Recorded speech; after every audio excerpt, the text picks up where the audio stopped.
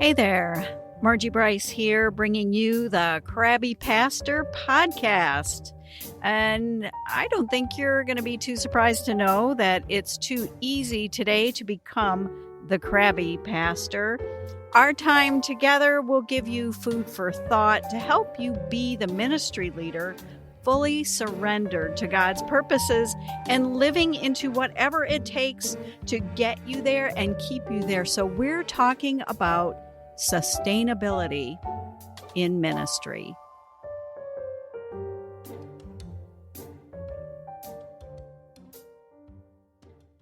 I'm always really grateful when ministry colleagues are willing to share when things don't go well. And I'm very, very grateful to this pastor that's about to share his back from burnout kind of story. And while his situation was extreme and there was a period of months where there was an extreme amount of loss and challenge going on in his life, I want to say to you that you don't have to have that level of items and situations occurring in your life to have burnout happen. And sometimes as ministry leaders, we isolate, we don't get the help we need, we are concerned about where we can be open, honest, and vulnerable, and we aren't sure where the resources are where we can get help.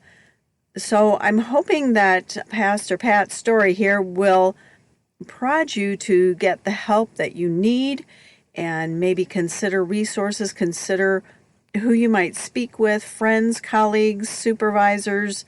If you really feel like you don't have anyone, you can always reach out to me at either the Crabby Pastor. You can go to crabbypastor.com and connect with me through the website, or Margie at margiebryce.com. Reach out to me, and maybe I'll put a link in the show notes so you could do that if you really feel like you have no one that you want to hash this around with. So that's my encouragement to you. And listen closely and intently to this veteran pastor tell his story.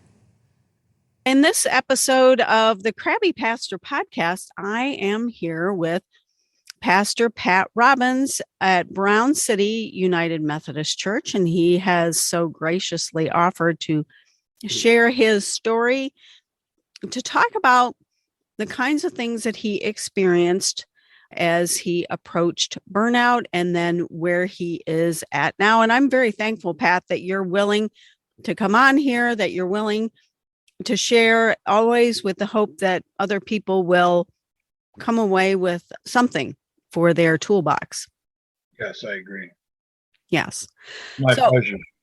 Oh, thank you. Thank you. So I want to ask you, though, to start out, how long have you been in pastoral ministry? I think I've been in pastoral ministry going on 27 years. 27 years. That's a long time. I know you've had a really good run, a really solid ministry here. And so, and the point of pointing that out is that it's kind of interesting how you were in ministry that long, and then it's later in your ministry that you do come to experience burnout, and it really has caused some shifts for you. But tell us how you came to understand that you were experiencing burnout. Well, it sort of came to pass when the crazy election was going on, and then we were dealing with the pandemic. And like many of our colleagues, there's a lot of stress going on because of the pandemic in the local churches. Here in Brown City, we had 14 of our members had passed away. And that brought a lot of extra stress. At the same time, I had an aunt, an uncle, a grandson that died. My daughter was diagnosed with cancer. My lifelong friend had died, and it was just overwhelming at the time. It all happened, and it seemed like such a short time that it was really hard to breathe. It was hard to find rest. I was pretty weary. People would ask me, are you okay? And I would say, yeah, I'm okay. But I really wasn't. I didn't know quite how to handle what was going on in my body and in my mind, because I also had the COVID. For 17 days, we were pretty sick. Mm-hmm. And after the COVID, I had lost my eyesight and I had to have new lenses put in my eyes. And I'd lost my hearing, so I have hearing aids now. And it all just happened. It was like one right after another, and there was just I didn't know where to turn. Mm. And this was over a span of how many months that all this happened? This was over a span of about 13 or 14 months. Okay. Okay. I remember you telling me about you were still very passionate about ministry and that you were going to nursing homes, and I think you were crawling up a ladder to Well, during the pandemic, there was a woman in the nursing home in Sebring, Barb Downing, and I went to visit Barb. I was told that she was dying of bone cancer, and Barb was a friend of ours. And when I went to see her at the nursing home, at that time, you were not allowed to go into nursing homes, but they had set up a 20-foot ladder outside with a set of scaffolding beside the ladder. So I got to climb the ladder and sit on the scaffolding outside of Barb's window and minister to her that way, knowing that when I climbed down the ladder, that was the last time I was going to see her. Was pretty difficult.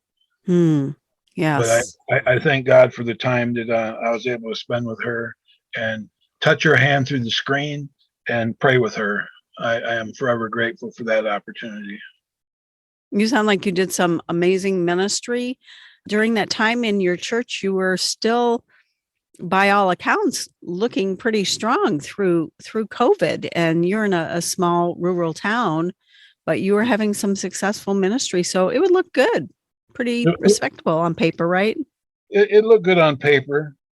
And I think for me, when the day my daughter came over to tell me she had cancer, that was pretty difficult. Mm. You know, I have one daughter, and she'll always be my baby girl, no matter how old she was. And it was just, and then a short time after that, our grandson died, and it was just overwhelming. Mm. So trying to put on that pastoral face for everybody else, but when you look in the mirror, you were really struggling. I was really struggling. Mm. So what would you say the telltale signs of burnout approaching would be? Well, the telltale sign for me was I couldn't sleep, I couldn't eat, I was irritable, and all of a sudden I just wanted to hide because it was really difficult at the time, and it was hard to be the happy-go-loving pastor for everybody when I was hurting so deep inside of myself. Yeah, I was going to say, because I don't think hide is in your nature, really. No, hiding is not in my nature. Yeah. There was just so much stuff going on at the same time. So, how did you get the help that you needed?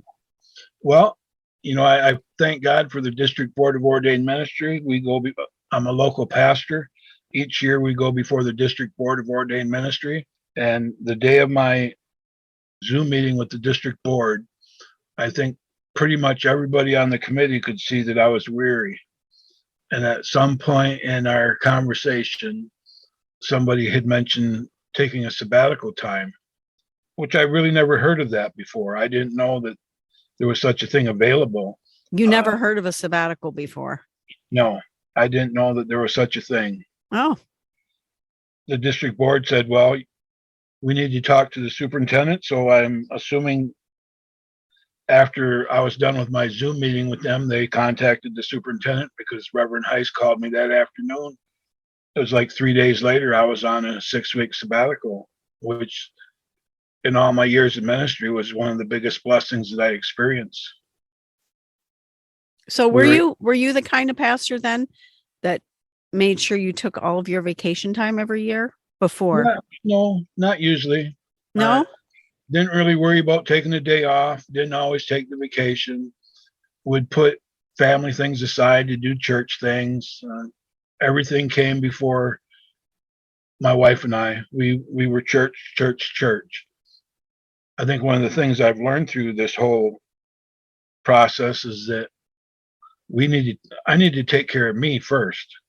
I need to make sure that I'm all right. I need to make sure that I'm healthy. I need to make sure that I'm well rested. I need to make sure that I'm in God's word. And when I get revived and when I'm well, then I can minister better. Mm. Is what I've learned. That's a key takeaway. Talk to me about your sabbatical. What did you do or not do? What we did was we went up to Grayling and stayed in our Aunt Diane's house. She had recently died. Her and Uncle Jim died just a little bit apart. We stayed in their bed and breakfast, which is 15 feet off of the Manistee River. And we spent a lot of time in devotion, a lot of time in prayer, a lot of time in rest. The first week of the sabbatical was very difficult. My cousin kept asking me, "What's wrong with you? What's wrong with you?"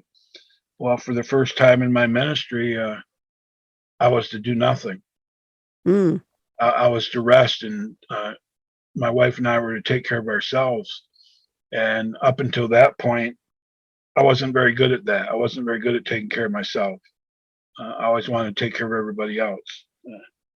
I'm a morning person. I'm usually up at 4:30 every morning. The funny thing is, on sabbatical, there were days where we both slept in until 10 o'clock in the morning, and that's unheard of. But I think that was the way of our bodies catching up on what we needed. Right. So the sabbatical was a very peaceful time. Got to experience the wonders of God's creation right on the river. Most every morning there was one or two eagles in the tree outside of our door. It was just a wonderful time to be revived and to listen to what God had to tell me. And I do thank the Board of Ordained Ministry. I thank the superintendent for making a way for that to take place. I like to call it a renewal, not a sabbatical, because what it did for both my wife and I, it renewed us. It lifted our spirit, it lifted our energy, and I think I have a better focus now. You mentioned someone that called and said, "What's wrong with you?" What kind of responses did you get from people around you? For some of the folks, they'd ask, "What's wrong with you? You look tired. You okay today, Pastor?" And my response was always the same: "I'm fine." But I really wasn't fine. But I've learned over my ministry that I don't share a lot with. I don't have a real big circle of people where I can share me. So I acted like everything was okay when everything wasn't okay. Because I tried to be the best spiritual leader during that time that I could be, but it wore me out. It really did. Right. And when people found out you were on sabbatical, what was their response to that? Oh, the response from this local church was fantastic. People came out of their comfort zone and they took on leadership roles, and this church functioned quite well while we're going. I thank God that we have a great secretary who helps keep this place running. And there were just people that normally wouldn't step forward that did. And everything ran rather smooth while we were gone. Great. That's always a blessing to hear that. And people then understand that, hey, this is our church too. And they step up and they take that ownership. How would you say that your ministry life now is different from ministry life, say, before you experienced burnout? Well, one thing I know for certain is that I'm able to say no. And before I could never say no, or I would never say no. But I can't do it all. And I've learned that we're all in this together. Be it our colleagues or be it our lay people, we're all in this ministry stuff together, and we need to depend on each other. And I don't think I was a lone ranger. It wasn't my way or the highway, but I like to do things. I like to lead by example, let people see, and maybe then they'll follow. But I think the best thing I've learned to say no, that I don't have to do it all. That if I'm sitting down to have dinner and the phone rings, that I don't have to get up and leave my dinner and come back and eat it when it's cold, that I can finish my dinner and then go on to what the task is ahead. Hmm. You know, I know of a colleague that had mentioned that he could really use a sabbatical, but he also stated that he doesn't think that he could leave the church because the church couldn't function without him. And I don't know if he'll listen to this, but I hope he does, because we have the pastor. We have to be healthy first, and there are people in the congregation that will step up and take that leadership role while we get the care that we need. So I think that's important, that pastors take time and first care for themselves. Okay. What do you do now then for self-care that maybe you didn't do before? Well, I walk more in devotion. I read more. I rest more. Hmm. What do you do? What do you do to rest? We have trouble stopping. That's why I'm bringing that up. Oh, well, you know, I just came off of vacation. We took 30 days and went and lived on the Betsy River over in Frankfort, Michigan, and salmon fished. So being outdoors is a way for me to rest. Spending time with just me and the Lord is a time of rest, and spending time with my family, my wife. We've been together 47 years. We've been married, and we're just now starting to spend more time with each other, because we've learned that if all we do is ministry, then we neglect each other. Hmm. And I've learned that's very important. And I know she's a very active part of your ministry there as well. She's very, very active in every aspect of my ministry. Hmm. That's a real treasure. So what would you say, this is your moment to say something to your fellow ministry colleagues? You know, go ahead and take the soapbox for a minute, Pat. Well, what I'd like to say to my colleagues is that our superintendent is not our enemy, that he's our friend, and he's there to help us. And the Board of Ordained Ministry is there to help us. They're not our enemy. And it's okay for us to ask for help, to reach out and find that we're weary and ask for help and see what can be done to help us rejuvenate ourselves. I probably never would have asked, because I didn't know that it was available to have such a thing.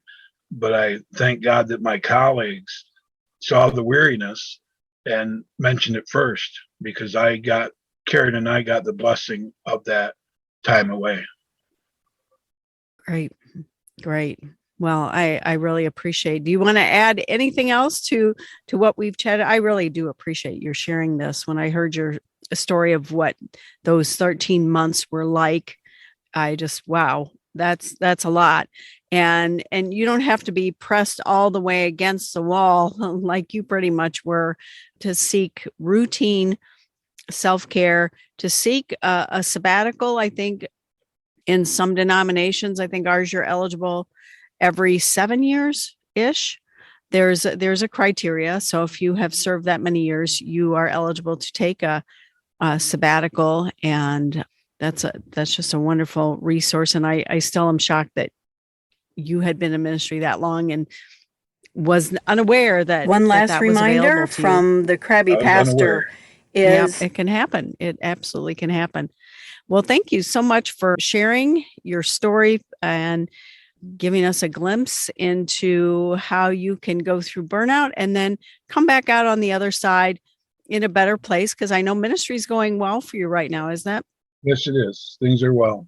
Yeah, even post-COVID and the challenges that is, and that has been, and will continue to be for a little while yet. But yeah, I want to thank you so much for sharing with us today. Dr. Bryce. Thank you very much.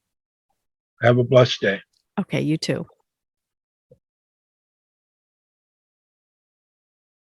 Please reach out and get the help that you need if you or maybe a colleague is experiencing burnout and just can't seem to move past move beyond or through situations and the fatigue level is there, don't do nothing.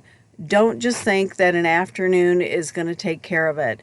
There are times and places where God is asking us just to stop totally for a period of time what you're doing. So reach out, go to the show notes. I'll put a link to connect with me via email if you really have no one else to reach out to. You don't want to become the crabby pastor. Hey, thanks for listening.